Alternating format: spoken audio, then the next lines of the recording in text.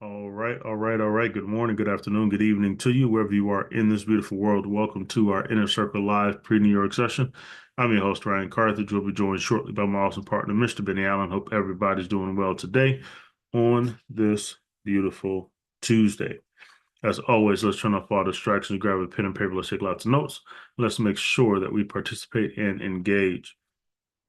And as always, we want to make sure we start our day off by taking massive action. That action stands for accepting all possible loss before entering a trade, preparing you for any outcome, centering yourself, body, mind, and spirit, ensuring a balanced approach to trading, trusting your education, strategy, trade skills, and intuition. Imagine your trade successfully materializing, obeying your trading strategy, avoiding decisions based on greed or fear, and never looking back or stopping once your trade has commenced.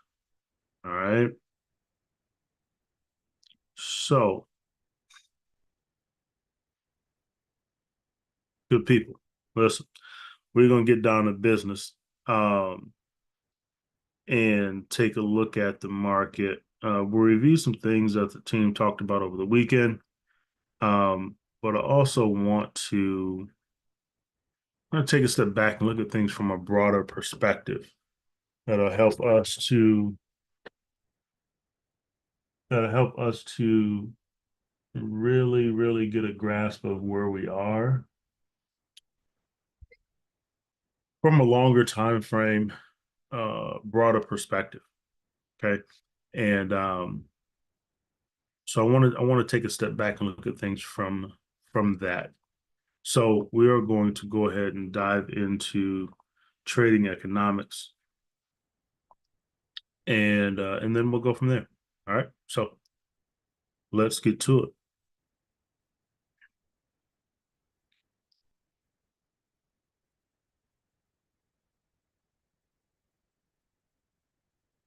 Right. And no, you don't see my screen. Stop sharing. One second. There we go.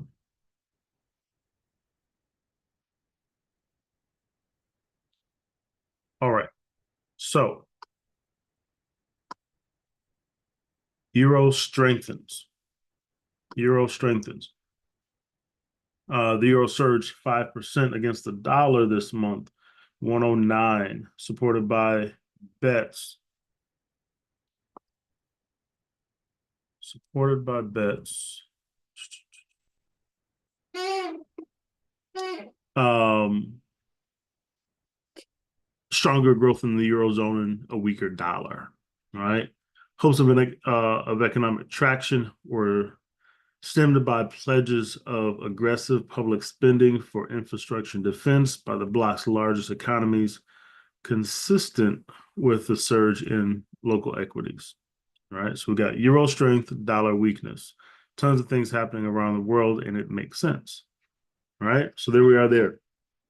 Um, Euro rises. The euro extended its surge against the dollar to 109, the highest in 4 months, for an appreciation of 5% since the start of March, as pledges for a higher deficit spending among Eurozone's major economies, supported by stronger growth outlook for the bloc. Spending pledges were led by Germany's major political parties, which quickly moved with coalition talks to establish a $500 billion infrastructure fund aimed at stimulating infrastructure and defense. The moves were consistent with those by governments in France and Italy, who pushed for joint EU funding for economic and military support. Right. So one of the things that you're starting to hear more of is military support. And you're hearing this across the country. I mean, across the world, China, Japan, here in the Eurozone, right? So keep your eyes on that. The defense sector is going to continue to boom, but just keep your eyes on the development of the militaries around the world, as we move through what Ray Dalio was calling the Civil War phase, right? We're currently at the beginning of that Civil War phase. So continue to keep your eyes there and stay aware of what's happening around the world. Um, But France and Italy funding military support. Further support for the euro. The European Central Bank signaled that monetary conditions in the bloc are becoming less restrictive, following their widely expected rate cut last week. Signaled that is its loosening cycle may soon approach its end. Conversely, star growth concerns in the U.S. pressured the greenback and magnified the increase in the currency pair. All right. So obviously we got things happening here in the US that are changing, changing rapidly. So we'll continue to be aware there. Then we'll stay in the Eurozone for a second. All right. European stocks were higher on Tuesday. All right. Trimming declines from Wednesday and closing. The distance between the record highs touched last week as markets assessed whether higher public spending in the Eurozone might outweigh pressures from the public trade war with the US. All right, stocks 50 advanced 0.4% to cross the 5,400 mark, and the stock 600 were close to flatline at 545. Heavyweight companies in the industrial sector uh, continue to outperform the broader market in the Eurozone, benefiting from most of the government pledges to bolster infrastructure and military investments. Um, so that's where we are there. We had Siemens, Airbus, DHL gained.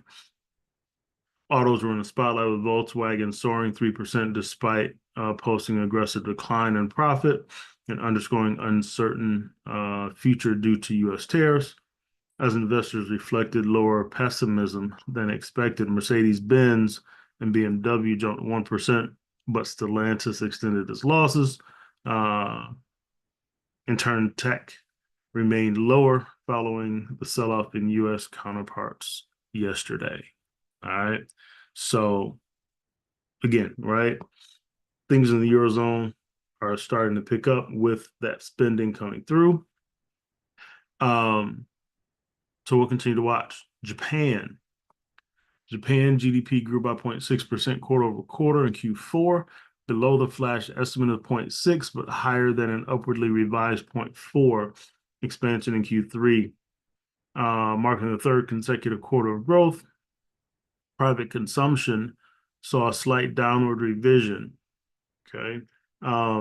Remained flat at 0.1% growth reported in the flash estimate, following a 0.7% increase in Q3. Meanwhile, business investments gained by 0.6% compared to a preliminary reading of 0.5 and after a 0.1% drop in Q3, right, surpassing the forecast.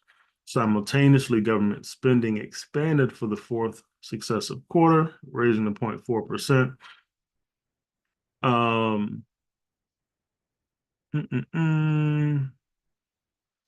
Net trade contributed 0.7%, 7 percentage points to overall growth as exports rose for the third straight quarter despite concerns of U.S. tariffs. So the economy is growing in Japan, right? On an annualized basis, the economy advanced 2.2%, quickening from an upwardly revised 1.4% in Q3. So the economy is growing in Japan, right? Things are starting to align with where the Bank of Japan wants them. One of the things that isn't quite there yet is real wage growth, right? So we'll see what the wage negotiations look like as they start to wrap up towards the end of the month. But real wage growth is not where the Bank of Japan wants it yet. It actually declined recently. So taking a look at that, GDP is growing. We're looking at real wage growth to see if that can come into alignment for the Bank of Japan to continue to make the moves that it desires to make. Okay, so watching that from a yen perspective, we'll take a look at some of those yen crosses and see where they are. Australia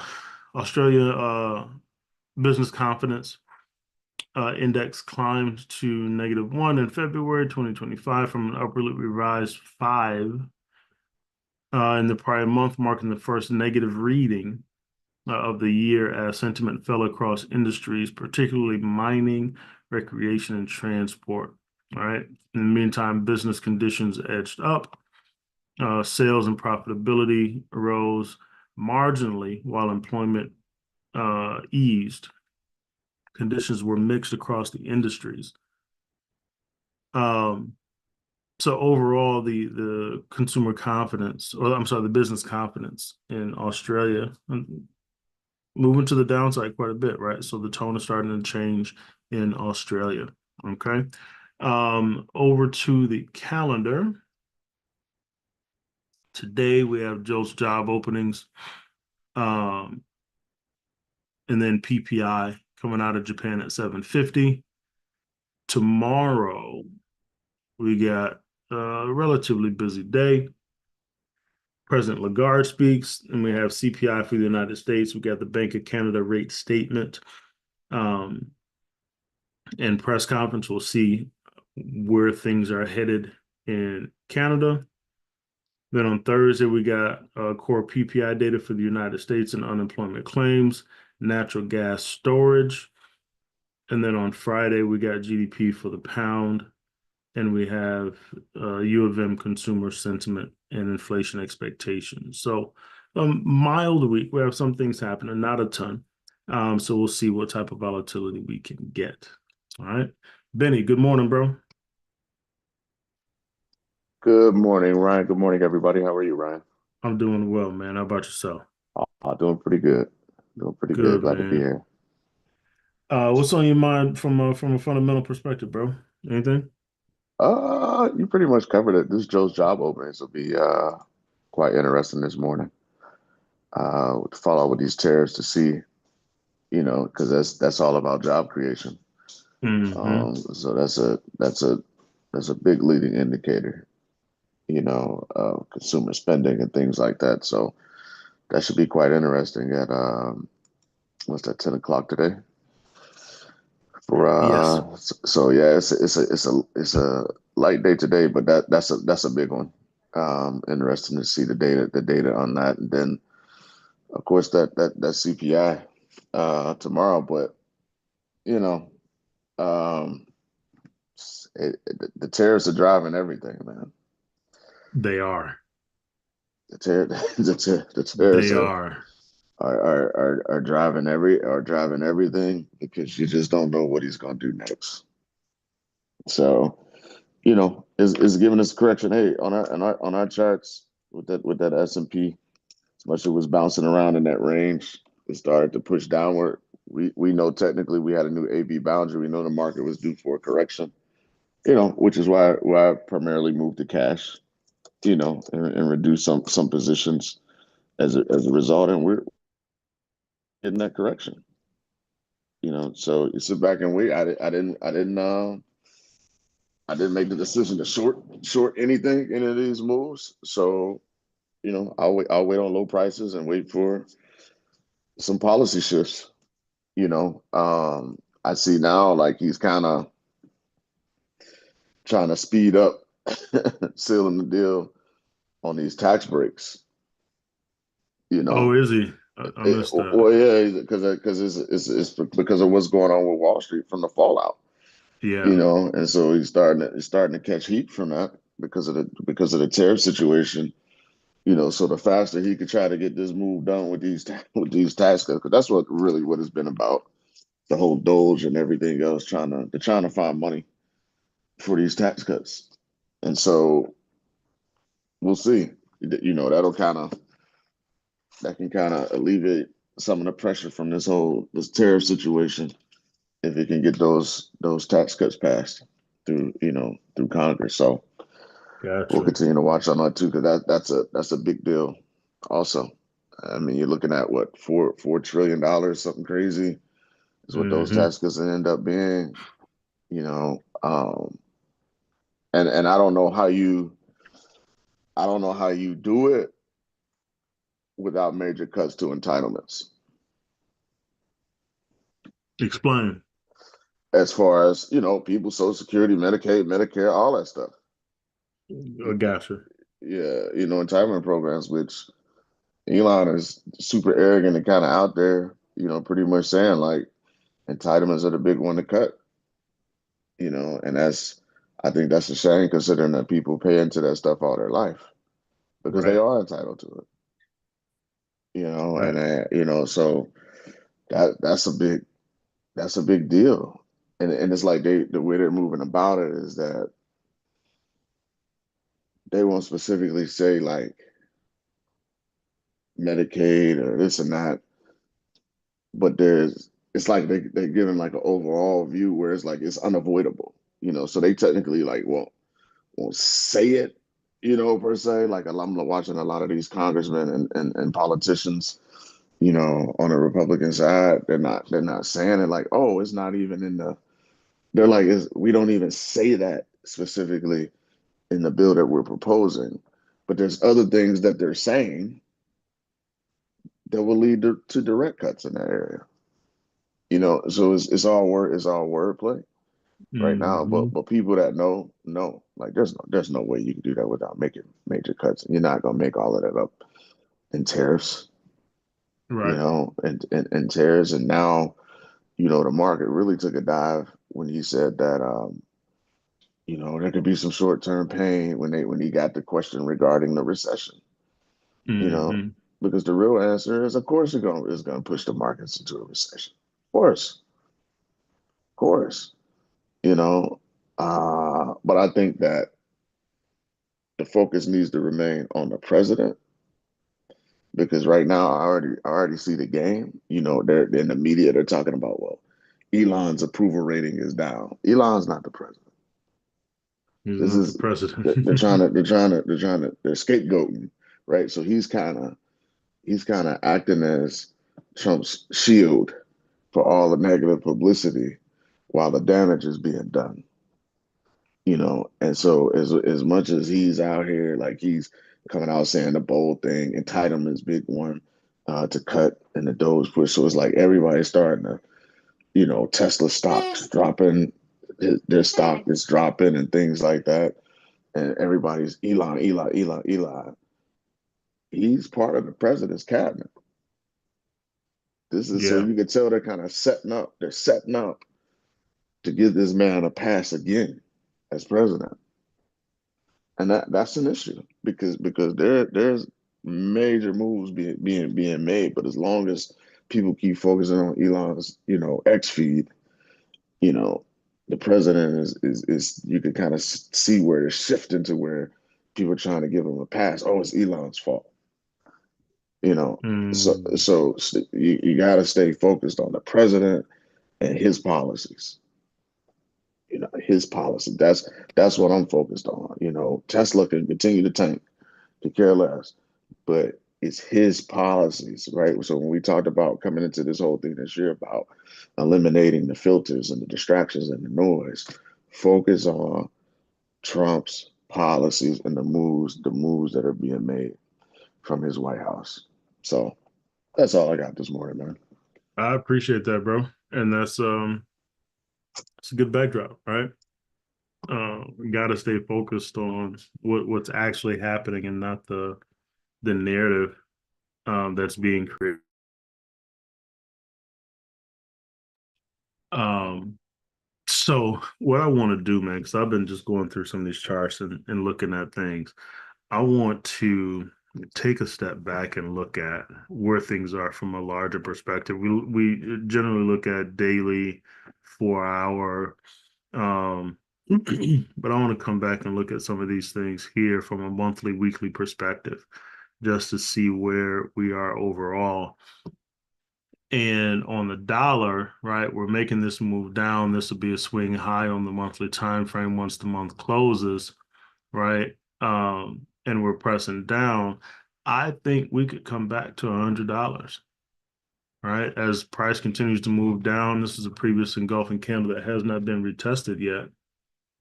I think the dollar could come back to this 101 to $100 range as we continue to move forward. And as we move through, you'll kind of see some confluence of this.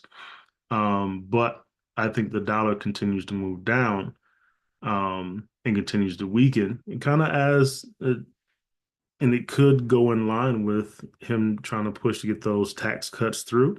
And as we bottom out over the next couple months, um,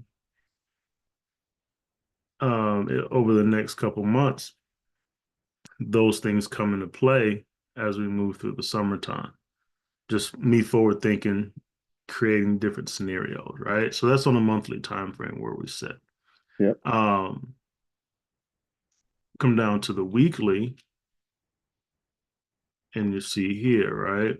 And if we run a fib off the low, that's your 80-20, and we're making our way down. 8-6 retracement is in line with this 101 range. That 8 boundary is in line with that $100 range, right? We do have a stochastic in the buy zone right now on the weekly time frame, but that could be just a setup for a pullback and a continuation down into this level. Um, maybe crown patternish here.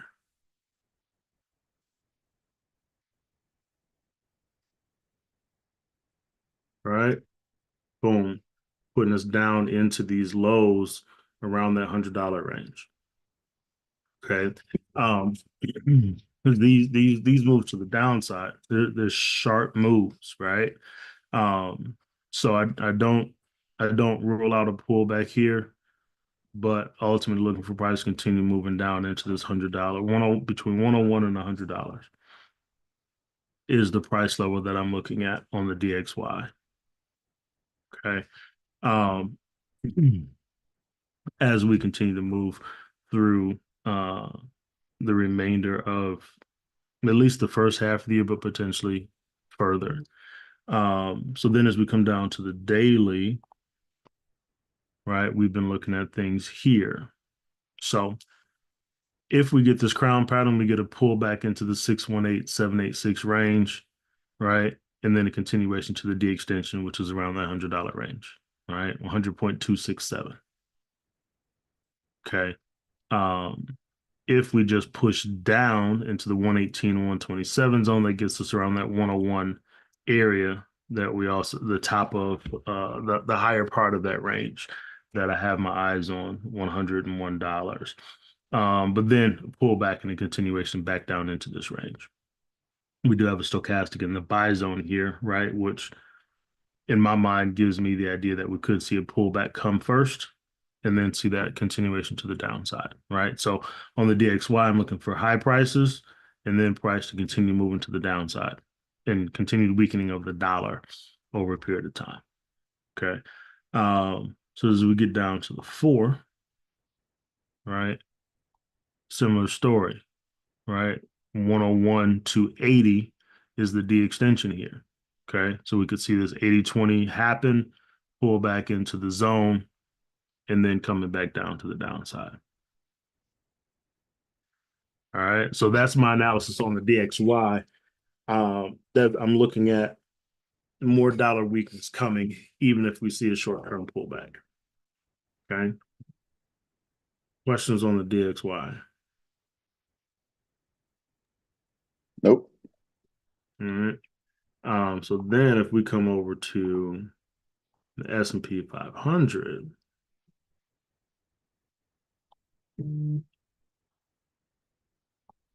come back to the weekly time frame, that fib hasn't popped in yet because the month hasn't closed, but this is our high here, right? 382 sits at 53.96. We got a 50% level at 5,099. I don't know that we come all the way back and retest 48.16. Possibility though, that's around the 618 retracement range on the monthly time frame. You see this monthly stochastic starting to come out of that zone.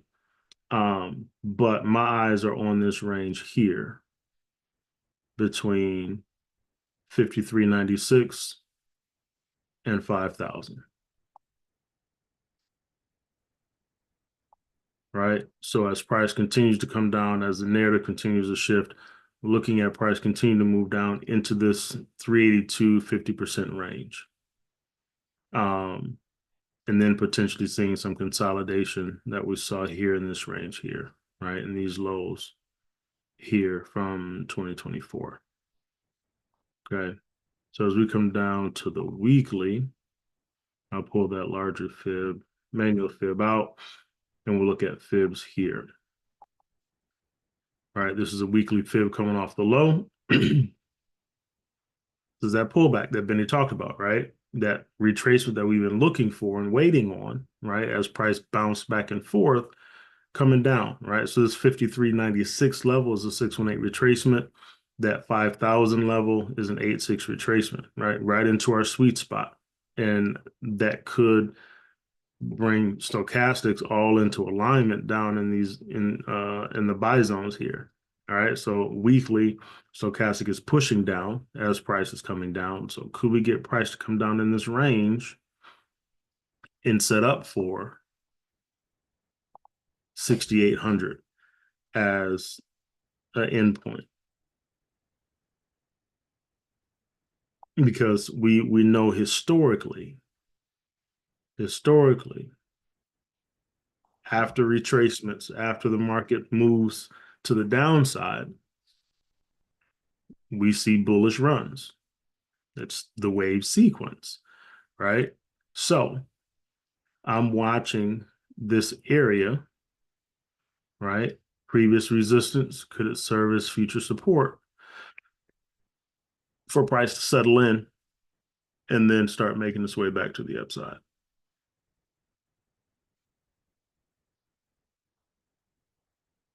Like so. That's on the weekly time frame. As we come down to the daily, right? This is where we are. That fib hasn't popped in yet.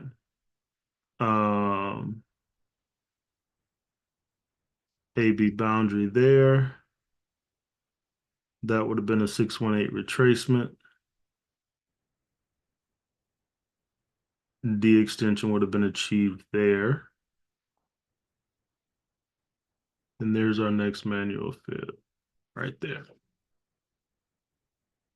Okay.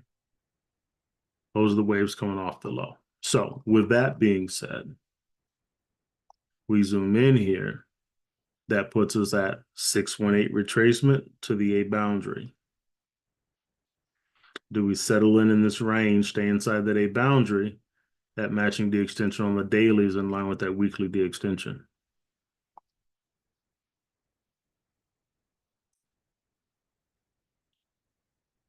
So that's the end range that I'm looking for there. Okay. After the pullbacks, after recession talks, recession fears, policy changes, all the things that are happening, right? Ultimately putting us at a low price to get back long. Right? The pullback that we've been sitting talking about waiting on because the market has been too crazy, right? Been running for a long time. Retracement is needed. Right? If you go back and look, retracement was needed. Long run, beautiful retracement, and then take off. We're looking at the same thing again. So that's on the daily time frame. So let's come down to the 4.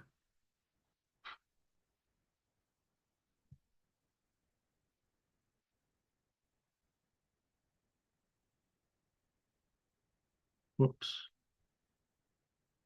I'll reset that. But we get those 4-hour fibs to pop in.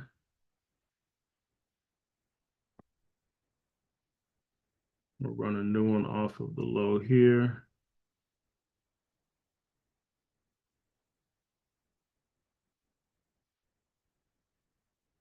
I believe these are coming to the downside.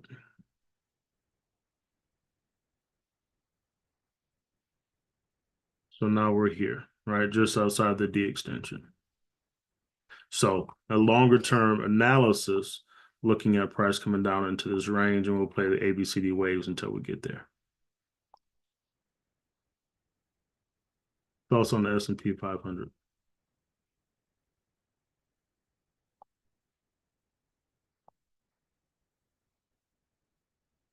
No.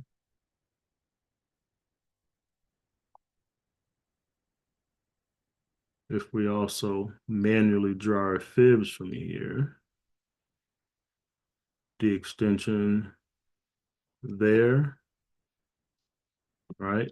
And these are our manual fibs, the extension achieved there.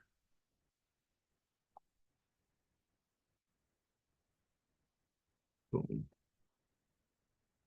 That's the larger fib sequence, similar to that daily fib sequence. So looking for these moves to come back down to the downside, right? But looking for low prices. So just as Benny stated, sitting in cash, being patient, waiting on these low prices to come in, right? If this takes until June, cool. We'll be in a position cash wise to take advantage of the low price, right? And get back long and ride it to 6,800.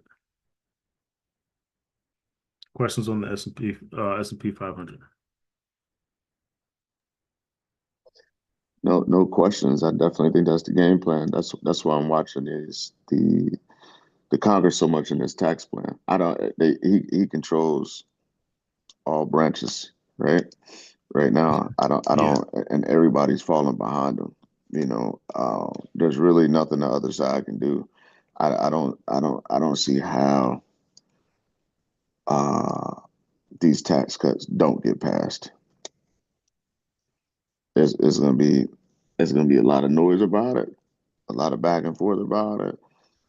But when you control when you control every branch, you control the House, you control the Senate. So far they've all fallen in line on the Republican side. Whatever he wants to do, they've fallen in line. So I think right once this bottoms out, if those cuts get passed, this tariff situation is going to shake out.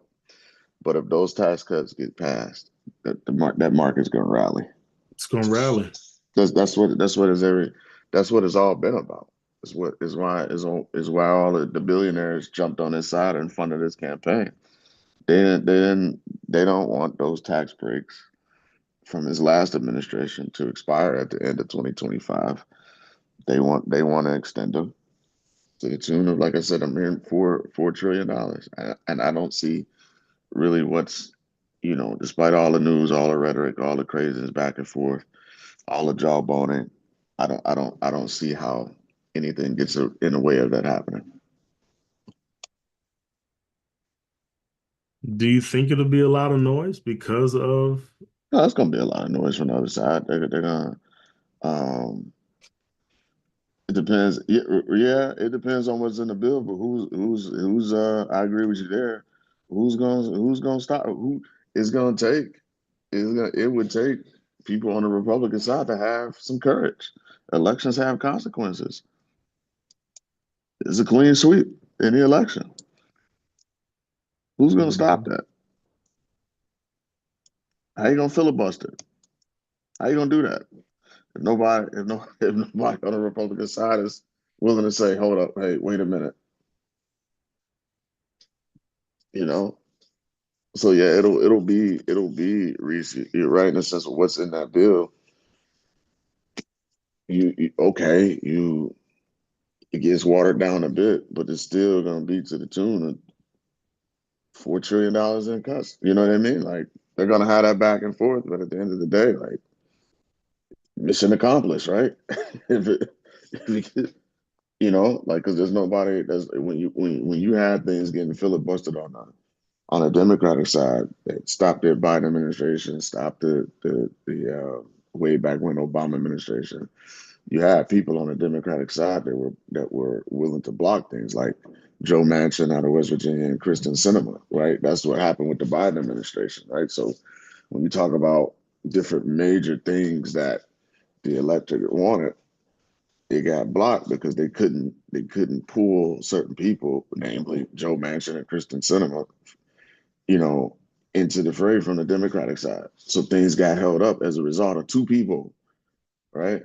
You don't have that on the Republican side. There's no guardrails right now, which is what people were saying before the election. If he gets back into office, there's going to be no guardrail. So, okay, we'll shift this or that in the bill, but at the end of the day, if they all fall in line on that one side and vote for it, it's gonna pass. That's what we just saw that happen with confirmations during the confirmation hearings, right? There were solid cases to where some of these people that he wanted in his cabinet should not be in his cabinet. And all the hemming and hawing, right? The media blitzes, the gotcha clips. Uh, this candidate answered this question this way, and that should disqualify him. They didn't get disqualified because every single Republican fell in line, right?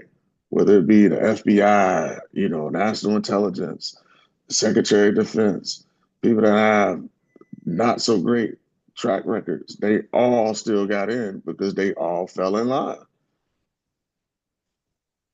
They don't care. They don't. They don't care.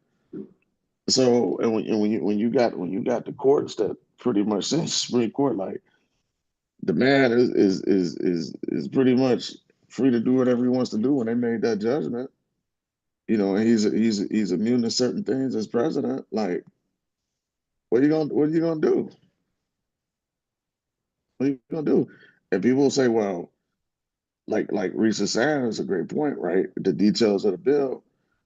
Well, people will say, well, if the American people get screwed as a result of this bill, then we'll just vote them out, vote people out in the midterms. The damage is already done, and the man technically can't run for reelection. So what does he care? What does he care? So they lose power in the midterms. Tax bill already passed by then. That's 2 years from now. Like, what are we talking about? Like, we have to be honest with ourselves at some point. So that's why I say, like, I don't see how they're not ultimately gonna pass this bill. Like, I don't, unless something drastic happens that I'm not seeing right now. Like, I don't know how this bill stops from being passed in these tax breaks. I mean, he passed it in 16. He passed it. It was a problem then when he passed these tax cuts for the wealthy. You had wealthy people writing op-eds in the New York Times saying that they didn't need them, and they still got them. And they got it, and they pushed it through. So, you know, he has zero guardrails this time. Last time he did. Last time he put people in his administration because he had never been there before. He's not a career politician, right? He's not a career politician. So he put people around him, and those were the guardrails. This time, like, there's nobody. They're just like, yes, sir, whatever you want, Mr. President. So we'll see. Like you say, it's the same bill from 17, pretty much. You know, that increases, that it extends and continues and increases the tax cuts. But from an investor perspective, right? I believe that's what will cause the market to rally. That and this tariff situation gets situated. But the main thing that I'm looking at is this tax cut plan because that's what Wall Street cares about at the end of the day. So I think you're spot on with looking for that low price and then looking for the market to rally. I'm just thinking of what that catalyst could be. Yep. Yep. Exactly. What could the catalyst be? What could the catalyst be? So on the $0, strong bullish action. Right. Strong bullish action on a monthly time frame. I think we come into this 111 and potentially all the way up to what's this? 112, right? The top of the range here. That's the range that I'm watching. We get a pullback before we get there, though, right? Same thing with that DXY. If we get that pullback on the DXY, you see a retracement come here and then that continuation up to the top of the range. Okay. Then we come down to the weekly time frame. I'll bring this level down. So down on the weekly, that puts us here. right? And you see engulfing candles that haven't been retested yet, right? Back up in this 118, 127 range. That's where we had that previous double top before price took off to the downside. Price hasn't come back down into our sweet spot yet. So if we get that rally later on, that could bring price down back into this parity range that we've been watching, right? Take some time to get there, but we could see action like this along the way.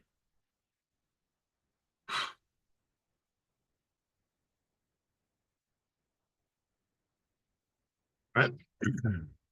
So watching this strong bullish action, we know when we get these types of reactions, we see pullbacks that come. Okay. We see pullbacks that come. So as we're there, we come down to the daily, right? And we haven't had a new fib pop in yet. That D extension was achieved and price just continued to run. Okay. Price just continued to run. So we're headed into resistance level here, right? Just below that 110 to 112 range. Stochastic in the sell zone here, right? So looking for a pullback to come. And that pullback could come deep, right? 104-ish. But looking for a pullback. So as we come down to the 4 hour, this is where we have a potential 80-20 opportunity. Again, another small push to the upside, come into the range, and then we see the retracement come. Then we see the retracement come back down into our sweet spot, 104, 105. What's happening? There we go. 104, 104 range, right? And then we'll look for that continued rally back to the top of this range here.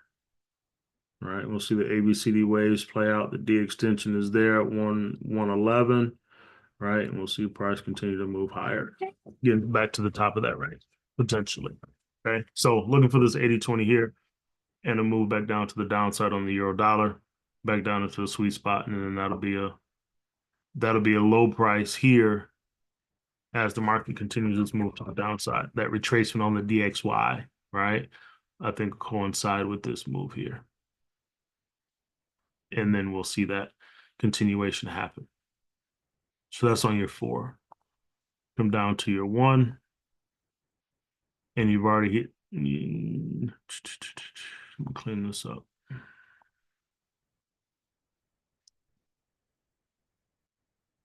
There we go. So you're sitting in your 118 and 127 zone right now, right? So you got an 80-20 on the 1 hour time frame. We're above the cloud and look to see that come back down. They're likely to take out that A on the 1 hour on the 80-20 move to the downside. Okay. So that's the euro dollar retracement. Then continuation.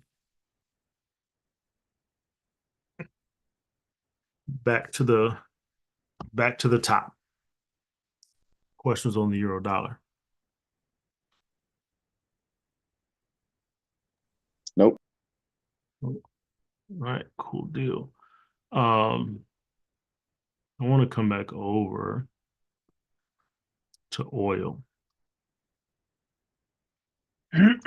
We walk oil back. Monthly time frame. These are fibs coming off the low. We're sitting at 8-6 retracement, weekly and daily support, right? 65, 26 as the low. Okay. 8-6 retracement on the monthly time frame, stochastic in the buy zone. Okay. Match and extension 141.63. Come through the wintertime, getting ready to head into peak travel season. Yes, we have tariffs. Yes, we have potential inflation increasing, but people still spend money and people still travel. Right? So could we see oil rise? So 8-6 retracement on the monthly time frame. Come back to the weekly time frame. 8-6 retracement. Right, we're below the cloud still. We've tested the cloud multiple times, haven't been able to really break through. Stochastic in the buy zone. monthly, weekly alignment here, right? Stochastic and the buy zone on both of those. Matching extension is in line with that monthly D extension as well. Okay. Come down to the daily, right? And this is where we're looking at 80-20 scenario on the daily. Double bottom here at 65.26, stochastic in the buy zone. We had that swing low form, came back, retested that low. Do we see price start to rise off the lows? And does this set us up for that longer move through the summer? So 80-20 on the daily time frame. Come down to the 80-20 on the 4 hour. You see that double bottom a little more clearly there. Trying to get that swing low to fully form. Stochastic pushing back down into that buy zone. So we got stochastic alignment monthly, weekly, daily, and now the 4 hour, right? So I think this is setting us up for some strong momentum to the upside on oil, right? So price starting to make its move back to the upside here, right? 80-20 on the 4. And then you come down to your 1, you got an 80-20 as well. You see that double bottom a lot more clearly, and you see price trying to push back to the upside. See if we get that cloud confirmation, twist, cloud break, and the lagging span breakthrough price as well. All right. Possible teacup on the 1 hour. What you looking at, Joy? That little double top right there in the recent move from the last leg to the leg before. When I look right there, no, Here? down, over, no, to your right, to the rest of the time. Yep, So right here, this yep, move here, because that looked like a handle, little double and then the top. move up. Yep, I probably see it more clearly on the 30 or the 15.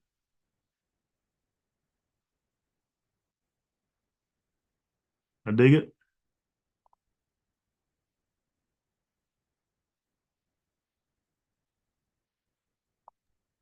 cloud break. Oh yeah. Um,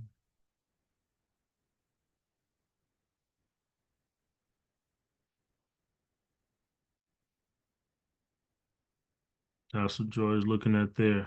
And what they do. Uh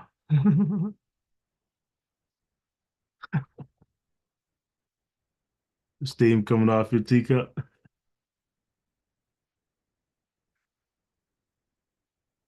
I like it. I like it. So that's my thoughts, right? Longer term, longer term opportunities. Um, we'll see if the fundamentals align. But I'm looking at move back to the upside on oil, these 80-20s playing out, but the potential for a longer term play from a weekly and monthly perspective. All right. Questions on oil?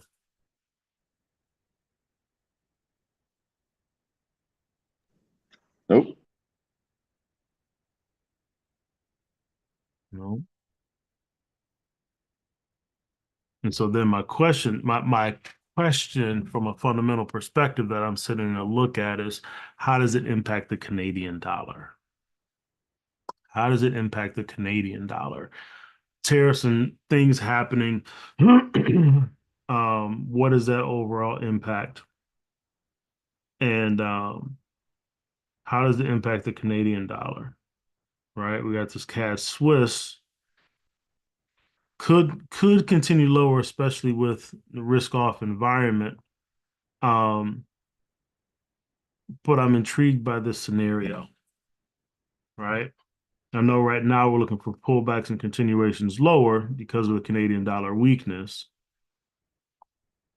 right? But do we get a scenario where this ultimately turns around at these all-time lows? I don't know. We'll see, right? We have to see what happens with the Canadian dollar and if there's some sort of catalyst that gives the Canadian dollar some strength. I don't know if that will come, but this chart intrigued me. as I was looking at oil as well. So we'll see what happens with this CAD Swiss after this pullback and continuation to the downside. And we get back to this kind of 60 cents even almost. Or do we continue to bounce in this range and move sideways? Right? Because we got stochastics in the sell zone, right? So we got downward pressure coming. On the daily, we got stochastic in the buy zone, which should give us that retracement and then that continuation down. So I'm watching this one just longer term. I'm not in anything here. But I'm watching to see what transpires here and how price moves. This is your 4-hour time frame here. The extension 61.78. All right, do we break those lows and then do we reverse, create an all-time low and then get bullish?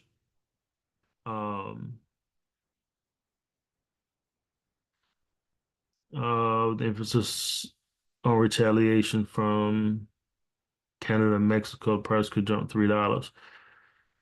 That's on oil you talking about, Joy? Yes.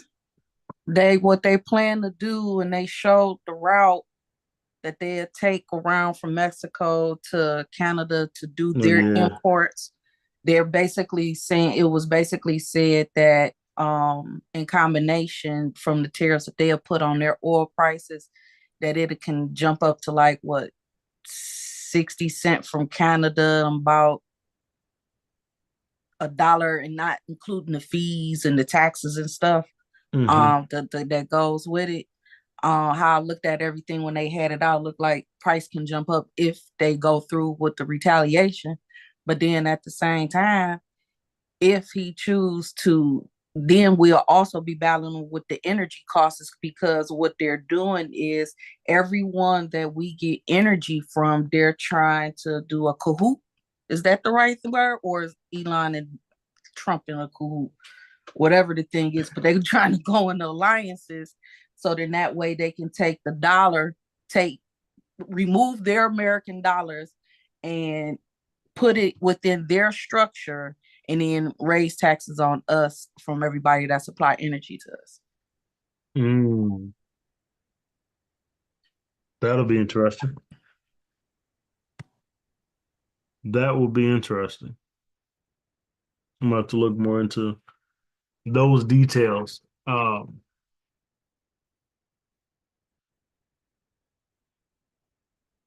do see it playing out though.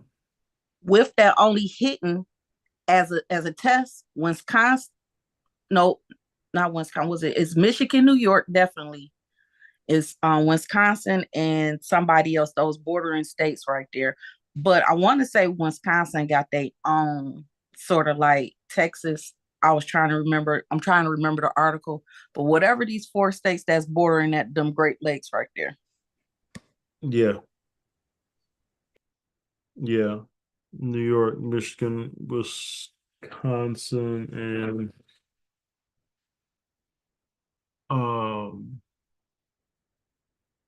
I forget the other one, but I'm with you on that. Yeah, for sure.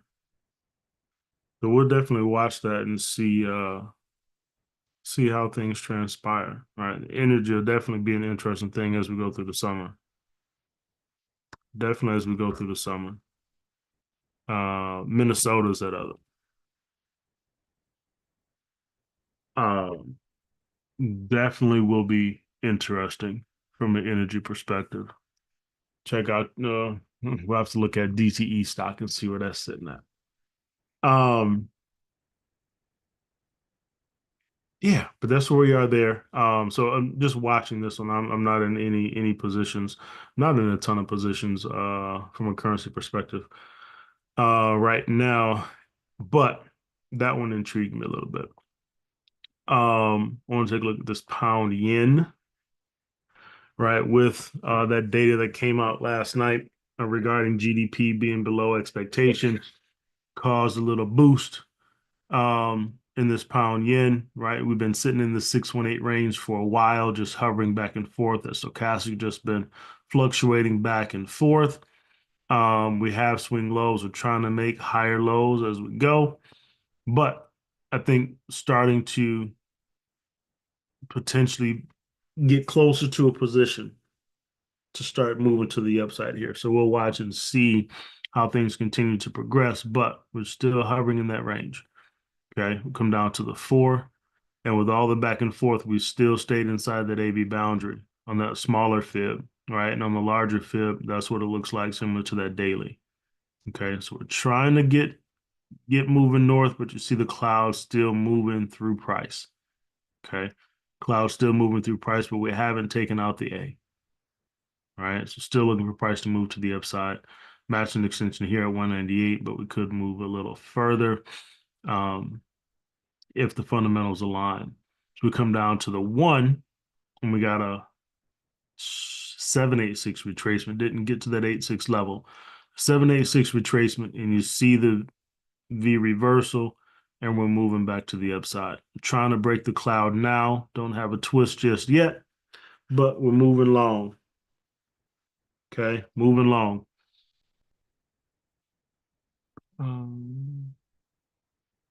Moving to the upside, right? So looking for that cloud break, looking for the additional confirmation here for price to continue moving to the upside with a matching D extension of 193, putting us in that upward movement from that 4 hour, getting us to start to make that move to the upside there.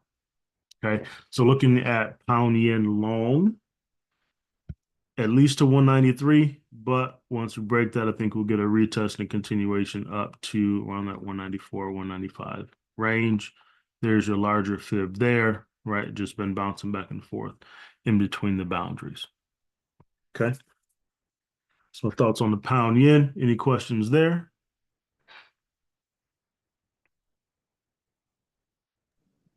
Nope. No. All right. And then I want to wrap this up on natural gas. So with Japan, they were I see they revised their Q4 GDP slightly lower. Maybe that's potentially Yes. what's helping that move too, right? Yes. Okay. Yes.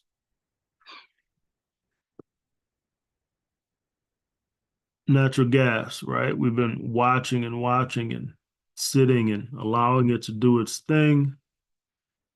We're headed to the upside. We got a 382, came just shy of the 50% level, pushed up. This is that weekly 382 level here that we just tapped. Okay. Um, off of the reversal here. Boom. That's not accurate. I had another fib on that one.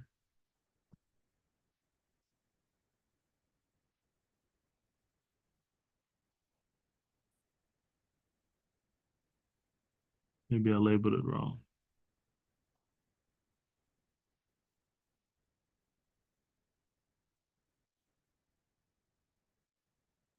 I don't know where I got that level from. A weekly 382. I have to figure that out. But moving to the upside. 618 retracement off the fib, matching extension 5620. Okay. Pushing to the upside there. We come back down to the daily time frame. Those ABCD waves to the upside. We got a strong reaction off that level, right? But now we're pushing back to the upside. I wouldn't be surprised if we got a pullback back to around 39. I'm sorry, $3.96, right? So I wouldn't be surprised if that occurred with that stochastic getting up into that sell zone. Okay, so that could give us a swing high here and a pullback back into this range, and then continuation to the upside there. Okay, so I wouldn't be surprised by that. Come down to the 4. I'm gonna run these fibs off the low again. right? Similar to that daily time frame. We got a nice retracement here, push up, but we could pull back and retest some of these lower levels one more time. Okay. So don't be surprised if we see something like this happen. And then we get our continuation to the upside. And it's just technically, right? I don't have the fundamentals behind it just yet, but um, but technically that's what I'm looking at. If we get this pullback to continue to the downside here off of that reaction. Okay. So looking long, but could get a pullback in the short term, and then that continuation to the upside. So moving in the direction that we've been looking at it too. Questions on anything that we covered this morning?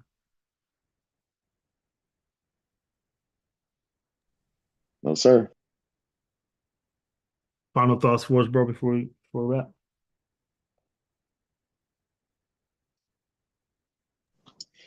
No, if you're in the market, if you're in the market, just continue to, be patient.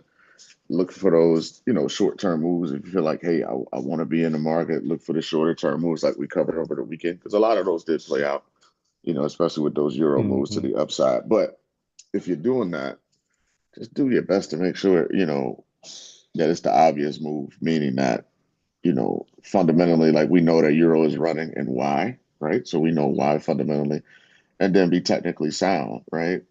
Hey, is this particular pair or asset in the zones that we like to trade, on those lower time frames? So we did a lot of 1 hour setups over the weekend, and then moving, particularly with those euros and those pound pairs. So just take what's obvious, right? Nothing's ever 100%, but make sure that when you grade your trade, that it's grading out the way you need it to be before you take the risk. That's it. All right.